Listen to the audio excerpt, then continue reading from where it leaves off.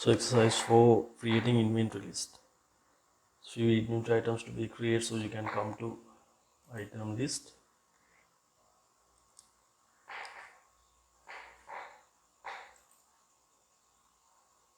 Click on new.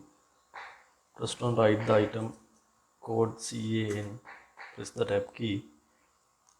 Press the tab key from left side of your keyboard and then write the name of the item, Canon.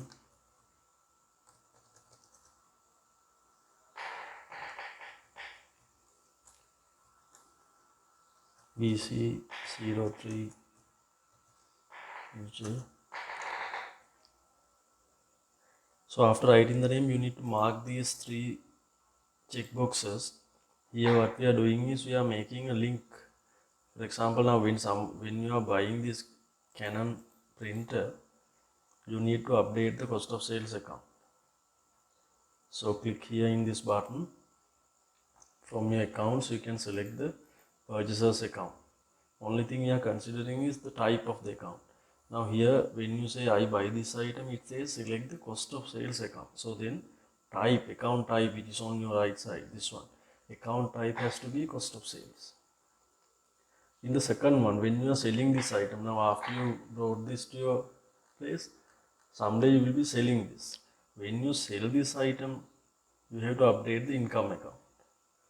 This is the income account for tracking sales. So type should be income. That's what it means. So go to your account list and select the sales income account. Third one, I inventory this item. Now once after you brought this, until you are selling the item, it comes to your inventory. So to maintain your inventory value, you have to select one of your asset accounts. So ideal account for that, inventory account. Under your asset group, you have account called inventory. So select that. Cost of sales account, income account and the asset account. So always you don't need to select the same set of accounts. Actually now according to the item type, you can have a different cost of sales account. For example, for print items, you can select hardware purchases. For example, when you are entering a stationery item, you can have different accounts saying stationery purchases. Like that, different accounts can be selected, but only thing you consider is type. Type has to be cost of sales, and here type should be income, and the last one should be asset. Then come to item details. Just like we did with the customers and suppliers, here also if you need, you can have a picture of your item. If you have a picture, you can double click, and from link, you can link the picture of the item. Then in buying details, you need to say buying unit of measure. Now in the handout, it given as units. Then tax code when you are buying it, if any taxes apply, you can select the tax code VAT. Now this time we'll say NT mean non-taxable as per the handout. The number of items per buying unit. Now when you are buying this, if it comes as single units, you can say 1. Right? For some items, for example, say you are selling water bottles. When you are buying it, you may buy it as boxes. Then say per box you have 12 bottles, then you have to say I am buying this as boxes. Number of items per buying unit 12. When you are selling the same, you have to say selling unit is bottles, number of items per unit 1, like that. Now in our case, in this handout, it should be units, and per unit we have 1 buying item. Under that, we have some optional restocking informations like minimum level for restocking alert, primary supplier, supplier's item number, default reorder quantity, like that. Now, what will happen is, now if you say minimum level is 10, then once it reaches to the once your inventory is to 10, automatically a reorder alert comes. And if you proceed, what will happen? They are going to send the purchase order to this primary supplier, whatever you selected here, and the default quantity will be whatever the quantity you selected, whatever the quantity you order here. Now we don't need to mention that here, we will keep it blank. Then come to the selling details. In selling details, if you need, you can mention the base selling price. Now I am not going to make any selling price here. Selling unit of measure, units, and when you are selling it, you are selling as 1 unit. Per unit you have 1 item. Then tax code, when you are selling it, non-taxable. Then how you calculate the tax? You can select actual selling price. Further, when you are selling this item, if someone is going to buy more than, let's say, 10 items, you can assign a different price. Let's say your base selling price is 200 rupees. When someone buy more than 10 items, you can give the item for 195 rupees. If someone buying more than 50 items, same item you can sell at 190 rupees. Like that, against the quantity, you can make different price levels. And also on the other side, according to the customer level, you can have different customer levels, level A, B, C, D, like that. According to the different level, you can assign different prices. Now level B customer 195, level C customer 190, like that. You can maintain different price levels for different customer levels.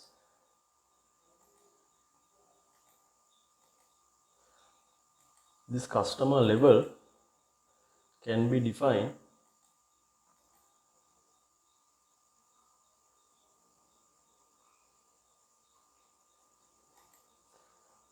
in customer profile. If you go to selling details, under the selling details, item price level, see, if you selected the item price level B, what will happen?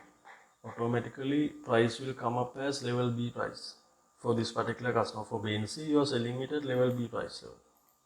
That's how it happens. To do that, you have to assign the price level for each and every customer. And then on the other side, when you are creating the item also, you have to assign the different price levels. However, now I am going to make them 0 because later on we are going to apply the prices, not now. So make all of them 0. Also base selling price also make it 0. And after the selling and buying details, history mean you can see the item history.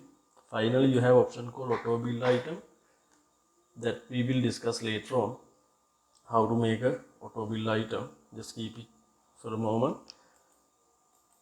Now only thing you have to remember is when you are creating the item, you have to write the item number, name, and you have to select these 3 accounts. These 3 accounts you have to select. And then in buying details, you need to give the buying unit of measure, number of items per unit, and the tax code. Same details you should give in the selling details. Selling unit, number of items per selling unit, and tax code. Now after you fill all these information, so you can click on new and simply you can write the next item number. There is GVC.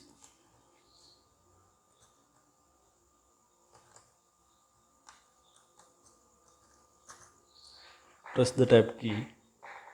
Once you press the tab key, you could see now all the link accounts are coming now. Now write the item name.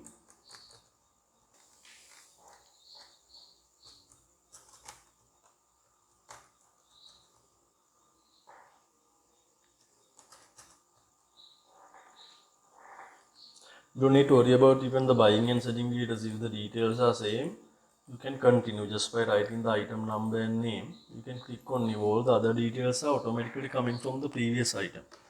Then third one, TVS, name TVS 14-inch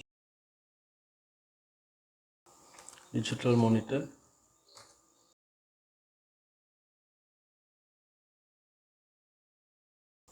You can continue with the list now.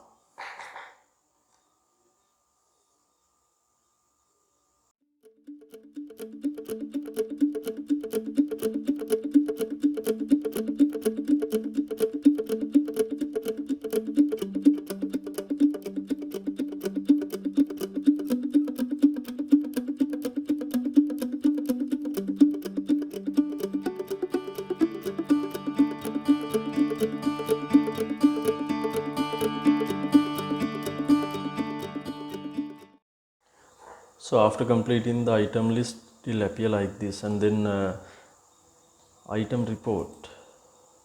We inventory item report you can take from familiar place, go to reports, index to reports.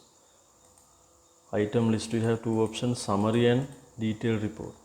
Now this is the item summary. Only the names and the codes are coming with the balance, all the balances are zero at the moment. Item list detail mean it will come up with the accounts, tax status, unit of measure, all the details are there. This is the detailed report. So you can export that to Excel. To keep the report, you can export to Excel, and you can see in your taskbar under the Excel icon, you can see the item list in Excel format.